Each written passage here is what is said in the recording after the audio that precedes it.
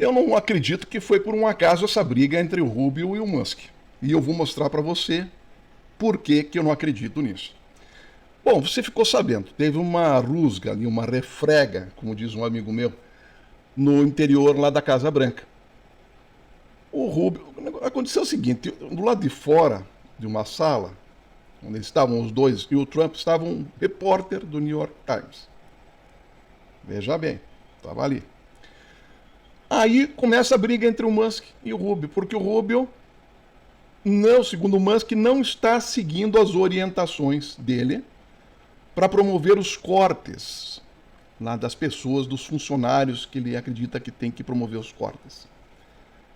O Rubio se irritou e falou: você quer que eu chame de volta aqueles 1.500 funcionários que pediram uma demissão voluntária para você fazer um showzinho aí na frente da mídia?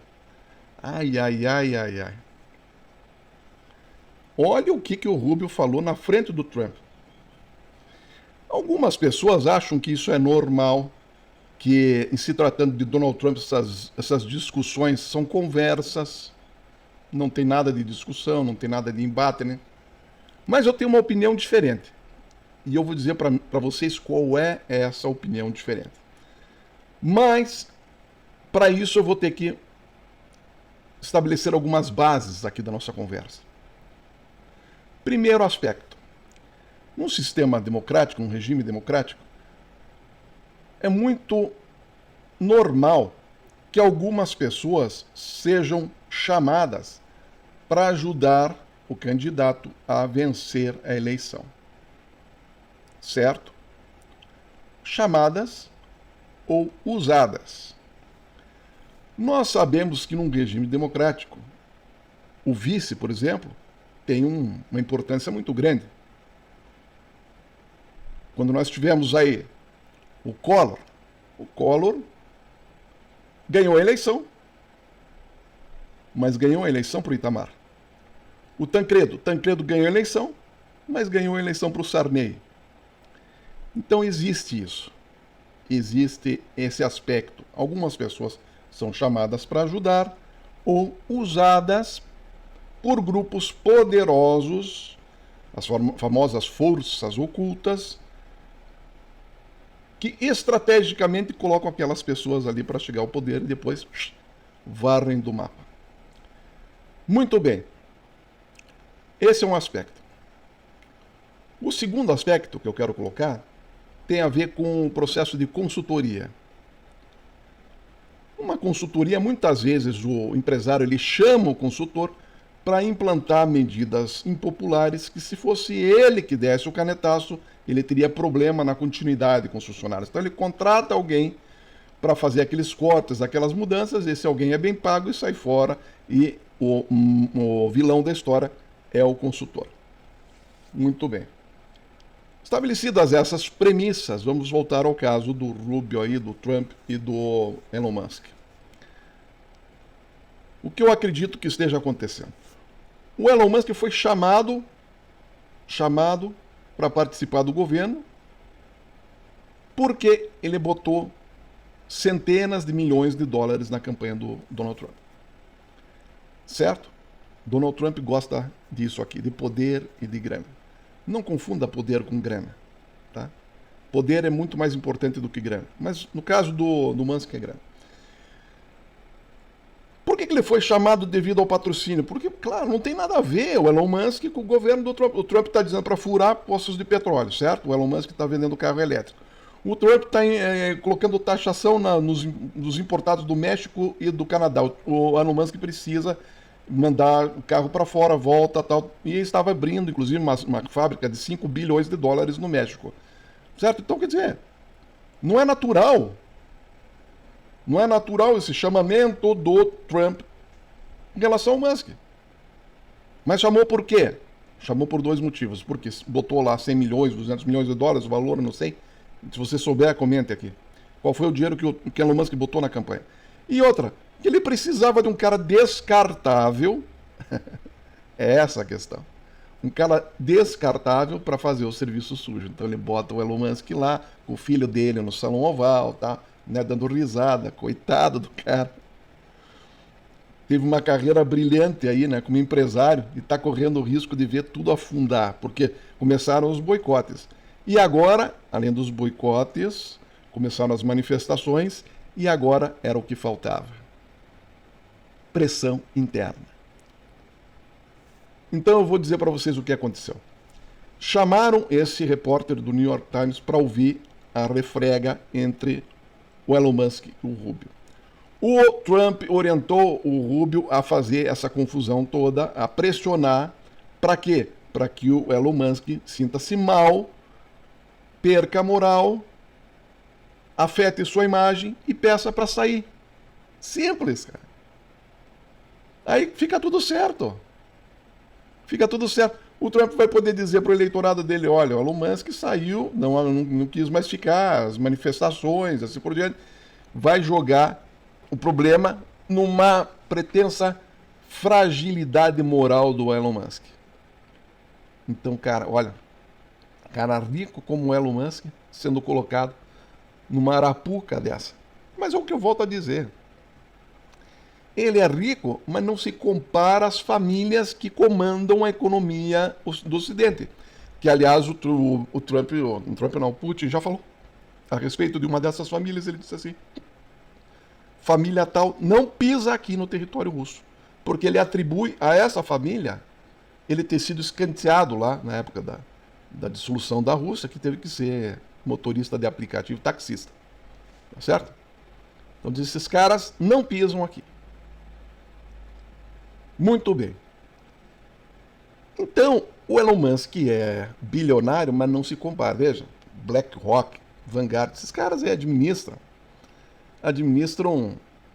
11 trilhões de dólares em ativos. Eles têm ações em todas as maiores companhias do mundo. Eles mandam e desmandam em todas as maiores companhias do mundo, gente. Então, o Elon Musk é um micróbio perto dele. Você está entendendo? É isso que eu gostaria que você entendesse. Elon Musk é nada perto dessa turma. Ajudou, certo? Botou uma graninha, mas isso é troco. Essa turma, uma outra família, inclusive, teve um dos membros de uma outra dessas famílias que tomou uns quisuco a mais em Nova York e falou claramente: o presidente é nosso funcionário. Certo?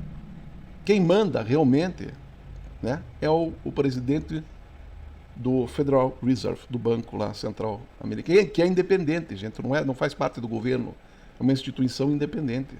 É como se fosse uma empresa, certo? Aliás, curioso, né, que dois senadores que foram contra a criação do Federal Reserve morreram no naufrágio do Titanic. Mas isso aí é outra história. Então eu quero dizer para vocês o seguinte: existe essa turma? Existe. O Donald Trump largou uma frase extremamente importante e perigosa essa semana. Ele disse: são os globalistas. Ai, ai, ai, ai, ai. Ai, ai, ai, ai, ai. Aí ele começa a mexer no abeleiro. E aí a gente começa a entender que ele não está alinhado com uma turma destas famílias que mandam no mundo. Compreende?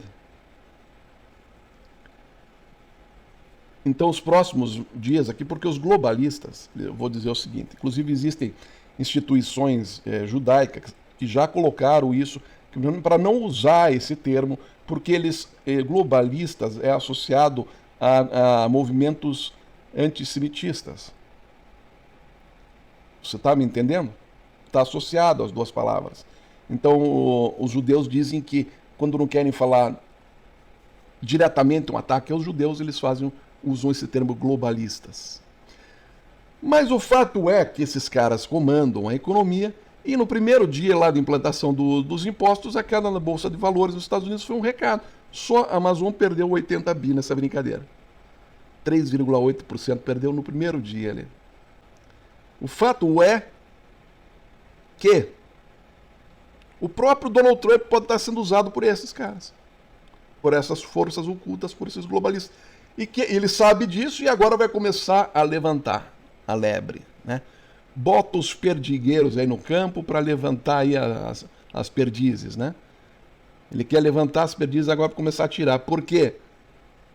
Porque ele sente, ele sabe que existe uma turma que não vai facilitar a vida dele.